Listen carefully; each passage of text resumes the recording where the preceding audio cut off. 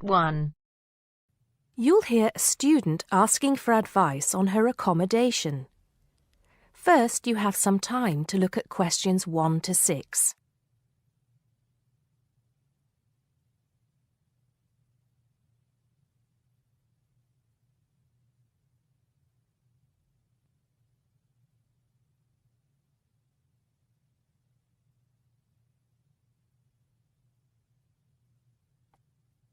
Now we shall begin. You should answer the questions as you listen, because you will not hear the recording a second time. Listen carefully and answer questions 1 to 6. Good morning. So, what can I do for you? Well, it's about the accommodation where I'm staying at the moment. First, can you give me your name and address, please? Yes, I'm Maria Dominguez, and the address is 12 Pine Tree Terrace. It's in Westcliff. I'm staying with 2 other students. There's actually 4 of us in the house, us 3 students and the lady who rents the house to us. So, is there a problem? Well, there are a few, actually. You know, I'm a first-year student, and though I lived away from home for a while when I was studying over the summer in Mexico City, I've never lived abroad, and it's a big change for me. The course is tough, but that's not the main difficulty. I'm coping with that up till now, anyway. The accommodation was arranged for you by our office, wasn't it? It's a nice place by the sea. Okay, but it's difficult. There are only a few buses, and it takes about 50 minutes. It's just so far away, and there's no way I can get back if I want to stay on after 7. And also the other thing is, there's nothing to do there. It's basically just a village. All my friends stay on campus. What about the girls you live with? Do you get on with them? Well, when I see them, but one of them is hardly ever there. Mostly she stays in a house with friends. They've got plenty of extra space, you see. The other girl is quiet as a mouse and hardly ever leaves her room. The landlady's friendly enough, though a bit forgetful, and she doesn't keep the place very clean.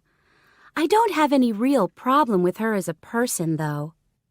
I understand it's rather far away, so I suppose you'd like us to find you a place in the halls of residence or closer by in the town. That would be good. You did say in your brochure that most first-year students are offered a place in halls. I think it actually said final-year students have priority there. They need the library facilities more for studying for their finals. Before you hear the rest of the conversation, you have some time to look at questions 7 to 10.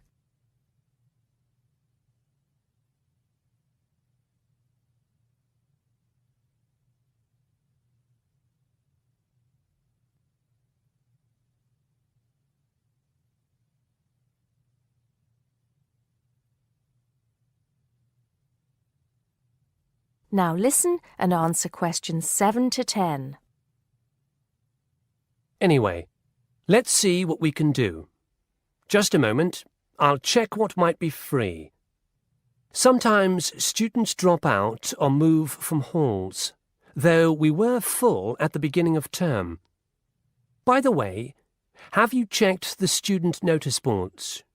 You know there's one in each of the 4 colleges, don't you? There are often requests for people to share houses, and it can be quite cheap. No, I hadn't thought of that, but it's a bit of a risk living with complete strangers. Now, I see there's a room free in Hillside College. That's the one with the tall tower, right? That's it. It's the smallest college and has a reputation for being quite fun. Oh, but it's a shared room. Would you consider that? That's going to be a problem for studying, isn't it? what if she plays music all the time, and maybe we won't have anything in common? Maria, I see you're studying history. So is this girl, Francesca. She's Italian. Well, at the moment I'm doing the General Humanities course, which includes history, but actually I'm planning to change to literature quite soon. That's not the thing, though. I really want a room on my own. Right. I'm afraid I don't see any other openings. There's nothing showing up on the computer, at least on campus. Well, if I have to stay where I am now, I'm going to find it more and more depressing. Here's one more thing we can try. The university owns several places on the Thanet Road and also by the West train station. Both of these are about a 20-minute walk down the hill. They're not the newest of buildings, but I could check for you. Can you come back tomorrow? Oh, no, that's Saturday. What about Monday? Yes, sure. I'd really appreciate it if you could do something for me. Let's hope so. That is the end of part 1. You now have half a minute to check your answers.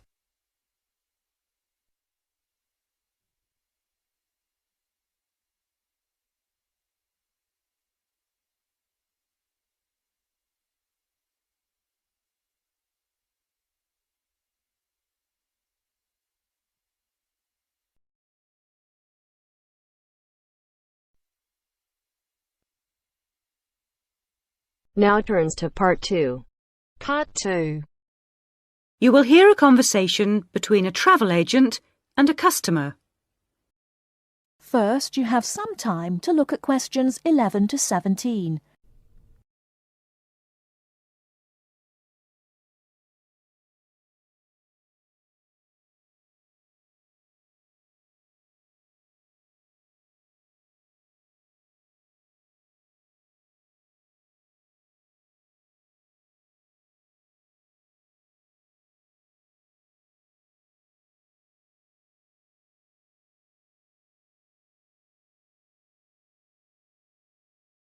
Now, listen carefully and answer questions 11 to 17. Good morning. Can I help you? Yes, I'd like to get some information about trips to New Zealand. Certainly. Take a seat and I'll be right with you. Thanks. Now, where would you like to go in New Zealand? Well, I was hoping to do a bit of travelling around, actually. There are a few things I'd like to see and do before I go back home. Right. One thing I really want to do is go to Christchurch. I have relatives living there that I can stay with, my mother's cousin, and I've heard it's a nice place. Yes, it's a lovely city. And staying with relatives will help with the budget, of course. The budget? It will save you some money. Oh, right. Well, I'm not too worried about that. I've saved quite a bit of money working in Australia. Oh, that's nice. Good for you. Well, you know that New Zealand consists of 2 main islands, the North Island and the South Island, and Christchurch is on the South Island. Is it? I was never very good at geography at school. Do you have a map I could look at? Sure. Here we are. Right, I see. And, well, then I'd also like to spend some time in Auckland, and maybe I could do an English language course there. Can you organise that sort of thing for me? Oh, certainly. We'd be happy to arrange that. But bear in mind that Auckland is in the North Island. OK. And I'd also like to do some skiing or maybe even some snowboarding. I hear New Zealand is a great place for that. Yes, absolutely. But you should go to Auckland first for your studies, and then you can get the ferry across to the South Island and take the bus down to the snow. Oh, I don't like boats very much. I'm not much of a sailor. I think I'd prefer to fly. Right. What about joining a walking tour? That could be really fun. Not sure about walking, but joining a tour might be a good way to travel because then I might make some friends my own age. Now, let's get some details. Can I have your name, please? Yes, it's Su Ming Lee, but you can call me Sue. OK, Sue. And what's your address here in Melbourne? I'm living with my aunt in the suburb of Kew. It's 29 Lock Street. That's Loch, not Lock. Do you have a phone number that I can get you on? The best thing would be if I give you my mobile. I always have it on me. It's 0402 558 992. OK. And when do you want to travel? Because you'll need to be down south in July or August. Oh, yes, of course. That's winter, isn't it? So I better go to Auckland in May. Yes, let's say departing from Melbourne on the 1st of May, that's a Saturday, and then you could begin your course on Monday the 3rd. That sounds great. And how long would you like to study for? A month, 2, 3? What do you think? Well, I'll probably need more than a month. What about 8 weeks until the end of June? Fine. I'll see what I can do. Oh, and how would you like to pay for this? On my Visa card, if that's possible.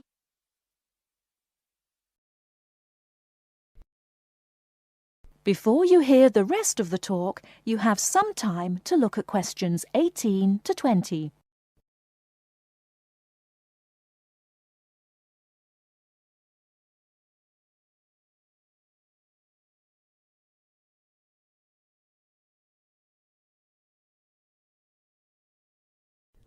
Now listen and answer questions 18 to 20.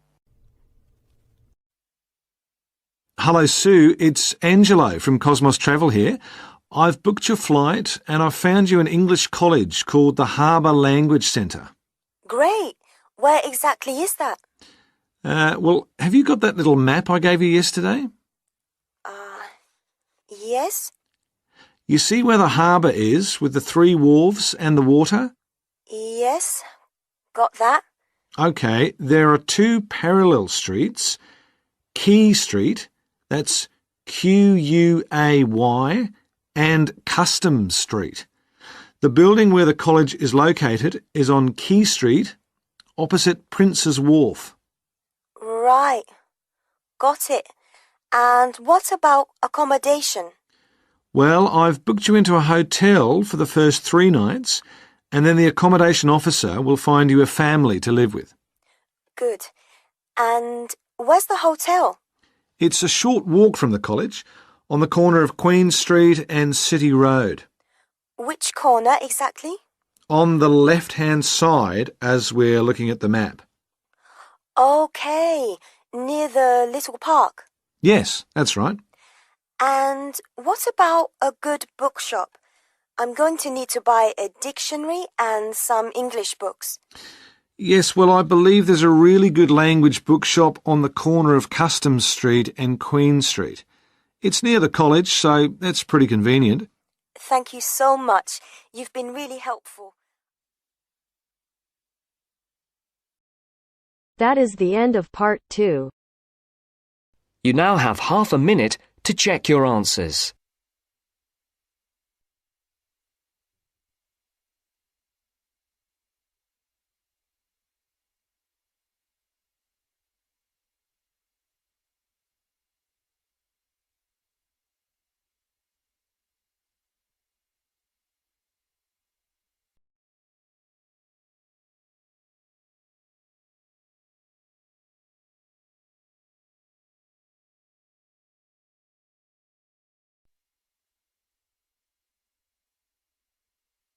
Now turns to part 3. Part 3. You will hear 2 undergraduates doing a research methods course. A girl called Leela and a boy called Jake having a seminar with their tutor. Now you have some time to look at questions 21 to 24.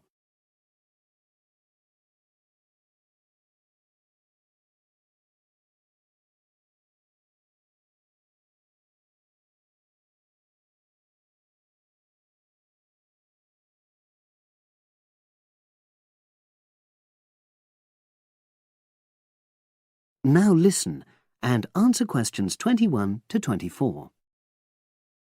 So, the task I gave you both was to choose an article about a small-scale research project. Yes. You were then required to try to reproduce the research procedures in your own context, i.e. try it out for yourselves. Yeah, and that's what we've done. Great. So I'd like you to tell me a bit about the article and why you chose it. Well, the article's written by 2 university lecturers who had started using crosswords to help their students revise terminology for exams. And the crosswords were designed and set on computers. And we selected the article because, well, it seemed an accessible topic, even though we weren't familiar with the technique. You know, using IT to design crosswords for higher education. That's a good reason.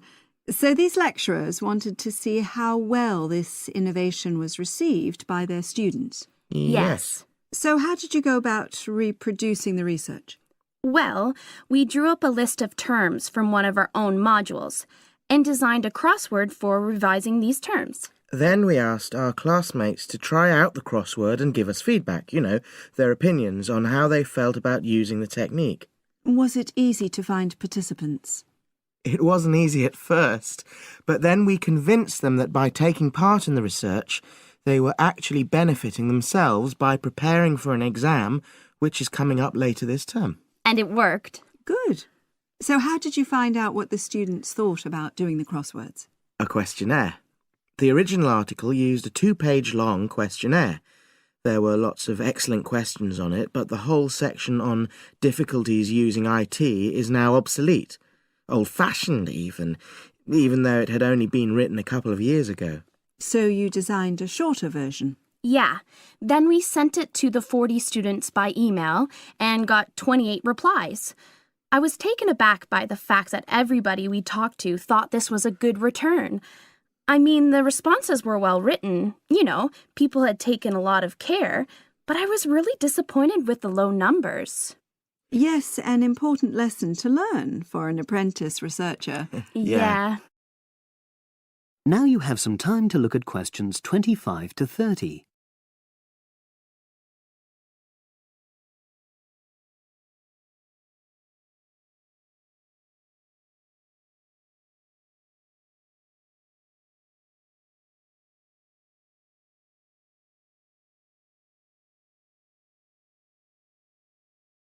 Now listen and answer questions 25 to 30.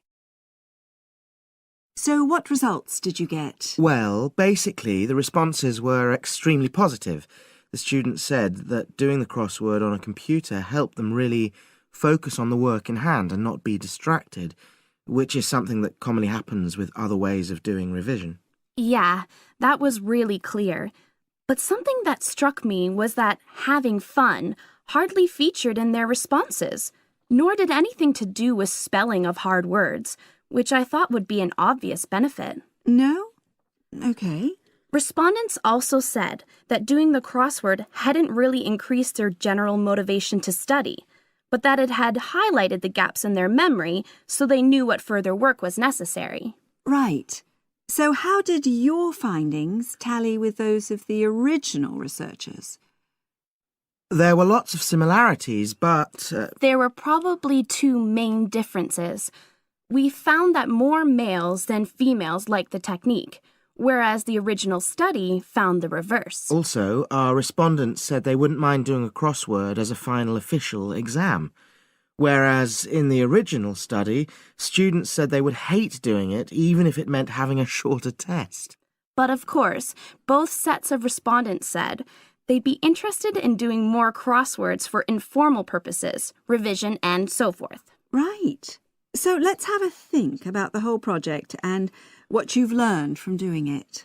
Well, it was very time-consuming. Yeah, and I don't think we managed that aspect very well. It could have been worse. I mean, we didn't have a lot of data, so we didn't have to spend ages processing it. And of course, we'd already done a course on numerical data processing, so there wasn't much new there. Yeah, that's true. Anyway, I think we designed our questions well so that they gave us manageable data. Yeah, it really helped having the original study to guide us, as it were. And that helped us to see what a good research instrument is. What a good questionnaire should be like. Absolutely. We got a lot from that. But when we were writing up the project, I'm not sure whether we'll know how to acknowledge the work of the original study. You know, our referencing. No, that's something we'll both have to work on in the future. Actually, that part's been great. Finding ways to share and support another person. That's the real plus from the project. Learning ways to do that. Well, it's obviously been very successful. That is the end of part 3. You now have half a minute to check your answers.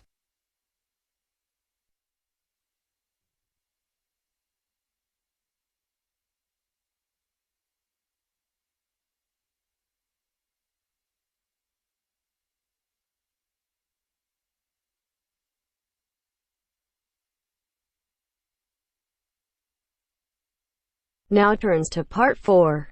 Part 4. Listen to the continuation of the lecture about the human brain. Look at the diagram before you listen. First, you have some time to look at questions 31 to 40.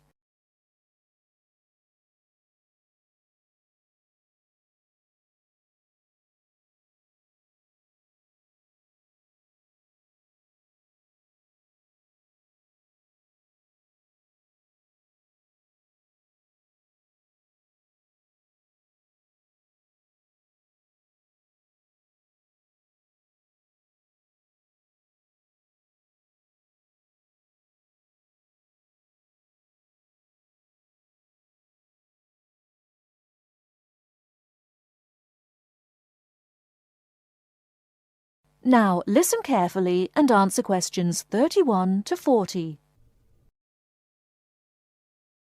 OK, we have looked at the top view of the brain and seen how it is divided into lobes.